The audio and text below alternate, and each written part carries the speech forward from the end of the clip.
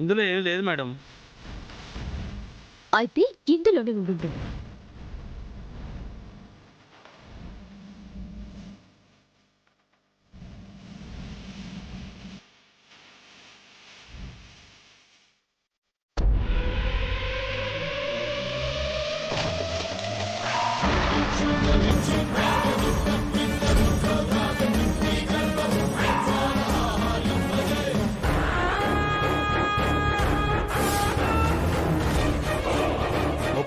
రూపాయలు sari madam.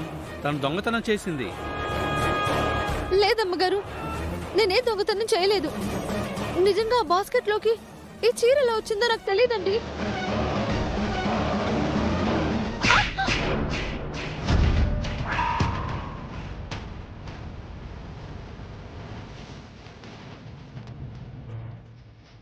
Red handed గా దొరికిపోయాప్పుడా ఇంకా నాటకాలు ఆడుతున్నావా?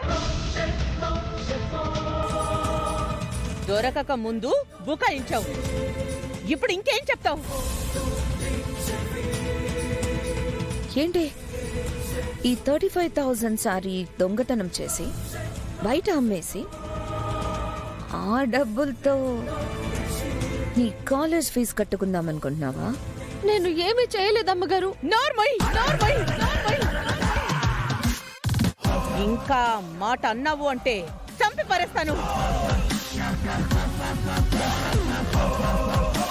మా పరువంతా తీసావు కదే.